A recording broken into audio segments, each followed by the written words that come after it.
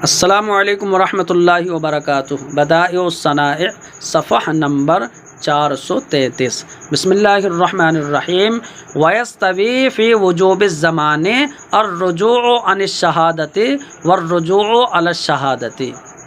فرماتے ہیں کہ یہاں پر کہ زمان کے واجب ہونے میں شہادت سے رجوع کرنا، تو شہادت سے رجوع کر لیا تو زمان واجب ہوتا ہے نا، تو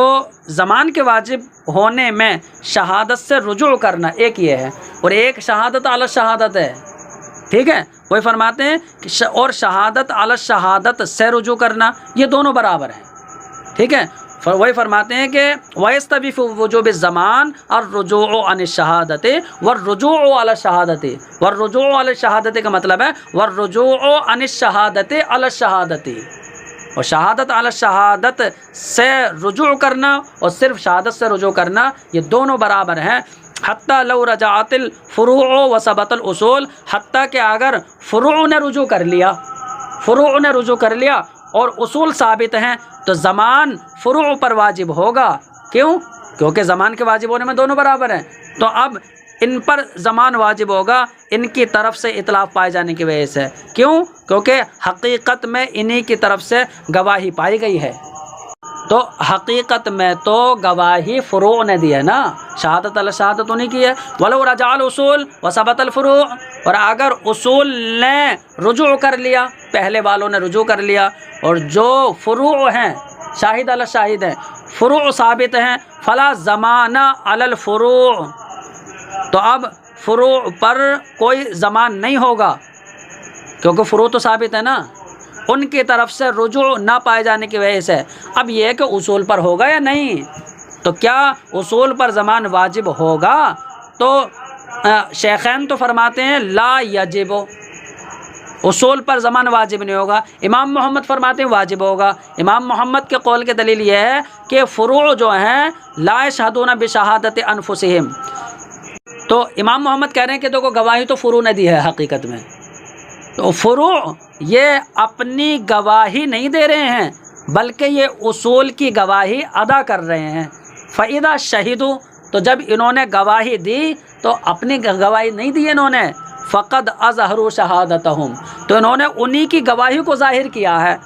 اب فَكَأَنَّهُمْ حَضَرُوا بِأَنفُسِهِمْ، تو گویا کہ اصول خود حاضر ہیں، خود حاضر ہیں، وَشَهِدُوا، اور پھر انہوں نے گواہی دی ہے، ثُمَّ رَجَعُوا، پھر رجوع کر لیا، اور جو ہے گواہی دینے والے رجوع کریں تو زمان انہی پر ہوگا نا۔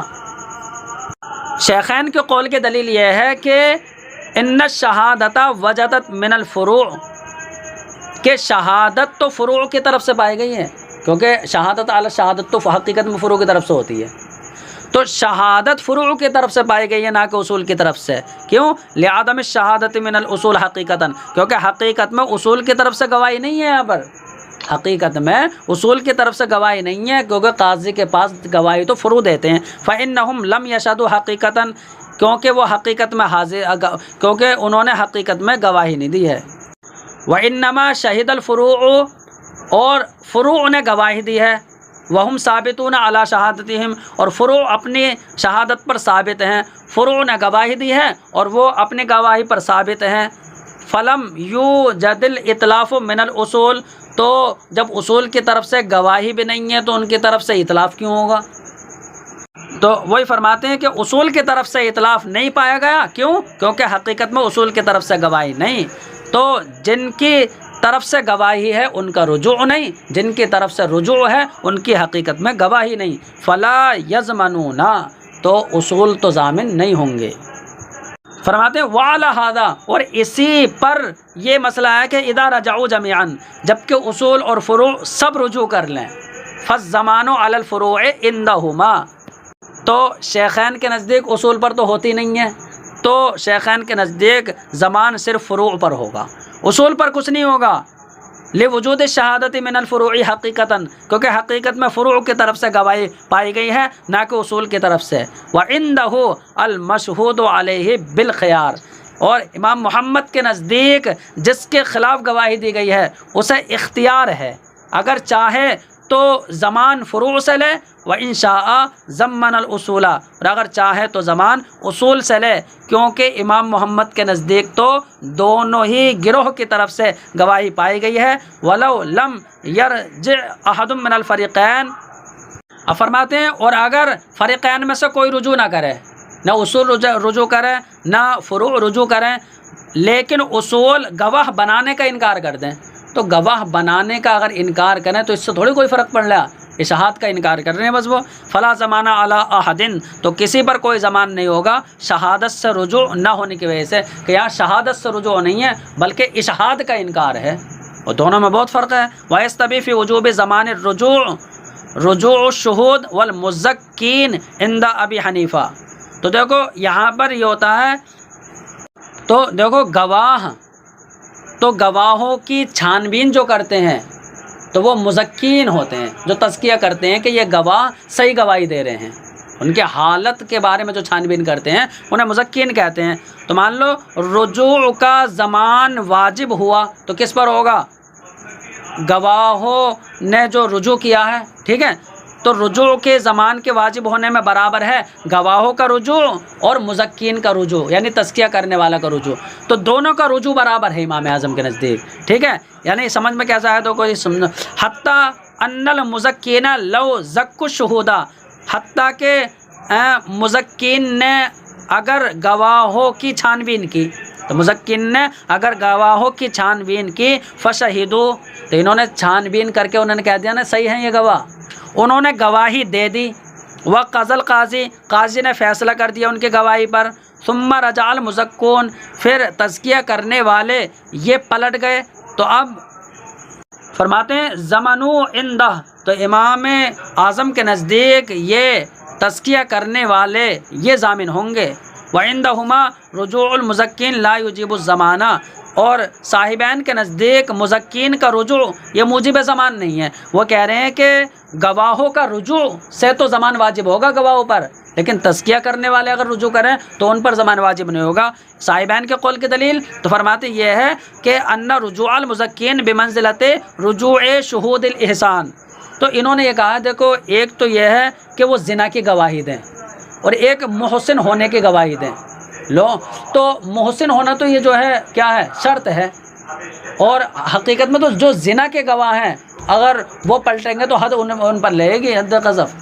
تو ایسے یہاں پر مسئلہ ہے۔ فرماتے ہیں مزکین کا رجوع یہ احسان کے گواہوں کے رجوع کے درجے میں ہے، جیسے کہ محسن ہونے پر جو گواہی دیں وہ پلٹ جائیں، ٹھیک ہے، لأن التزکیۃ لیست الا بناء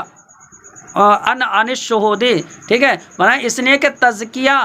وہ گواہوں کے بارے میں خبر دینے کا نام ہے، کہ گواہوں کے بارے میں خبر دی جاتی ہے کہ ایسے ہیں، کالشہادۃ علی الصفات التی ہی خصال حمیدہ، جیسے کہ ان صفات پر گواہی دی جاتی ہے کہ جو اچھی خصلتیں ہیں تو اچھی خصلتوں پر گواہی دیتے ہیں، ارے یہ بہت اچھا گواہ ہے، یہ جو ہے یہ ہم نے چھان بین کر لی ہے۔ ثم الرجوع عن الشہادۃ علی الاحسان، پھر ہم نے احسان کی طرح بتا دیا مزکین کے رجوع کو، پھر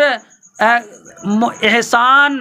پر گواہی جنہوں نے دی ان کا رجوع جو ہے موجب زمان نہیں ہوتا، کذا ھذا، ایسے ہی یہاں پر مزکین کا رجوع بھی موجب زمان نہیں ہوگا۔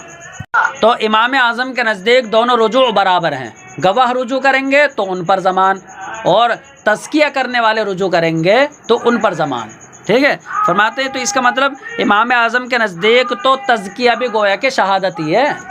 تو امام اعظم کی دلیل یہ ہے کہ ان التزکیۃ فی معنی الشہادۃ فی وجوب الزمان، کہ تزکیہ یہ شہادت کے معنی میں ہے زمان کے واجب ہونے میں، لأن الرجوع عن الشہادۃ انما یوجب الزمان، اس لیے کہ شہادت سے پلٹنا یہ زمان کو واجب کرتا ہے، یعنی لوقوعہ اتلافا، شہادت کے متلف ہو کر واقع ہونے کی وجہ سے، ٹھیک ہے، وانما یسیر اتلافا بالتزکیۃ، اور یہ دیکھو شہادت جو متلف ہو رہی ہے یہ تو تزکیہ کی وجہ سے ہو رہی ہے نا، انہوں نے چھان بین کری تھی تو تزکیہ کی وجہ سے متلف ہو رہی ہے، کہ آپ نہیں دیکھتے کہ اگر تزکیہ نہ ہوتا لما وجب القضاء، تو پھر قضا واجب نہیں ہوتی، اور شہادت تو قضا واجب ہو گئی تزکیہ کی وجہ سے، تو پتہ چلا شہادت جو عمل کر رہی ہے وہ تزکیہ کی وجہ سے کر رہی ہے، فکان شہادت فکانت شہادت عاملۃ بالتزکیہ، تو گواہی وہ کام کر رہی ہے چھانبین کی وجہ سے، تزکیہ کی وجہ سے. تو تزکیہ یہ کہیں گے ہم کہ فیصلے کی علت تو شہادت ہے، لیکن اس فیصلے کی علت جو ہے وہ تزکیہ ہے. ارے فیصلے جو ہو گیا، فیصلہ جو بھی کچھ ہو گیا، تو اس کی علت کیا ہے؟ گواہی ہے. اس گواہی کی بھی علت تو چھانبین ہے. تو فرمائیں گے فکانت تزکیہ تو فی معنی علت العلہ، تو تزکیہ یہ علت العلت کے معنی میں ہوگا، اور علت مختلف ہے تو اس کی علت مختلف نہیں ہوگی. فکانت اطلافاً، تو اب تزکیہ بھی مختلف ہو کر واقع ہو جائے گا. بخلاف الشہادت علی الاحسان، اور تم نے اس سے جوڑ دیا تو برخلاف محسن ہونے پر گواہی کے، اس لیے کہ احسان شرط و کون الزنا علتاً، وہ علت کی علت نہیں ہے، وہ علت کی شرط ہے احسان. فرماتے ہیں اس لیے کہ احسان وہ زنا کے علت ہونے کی شرط ہے.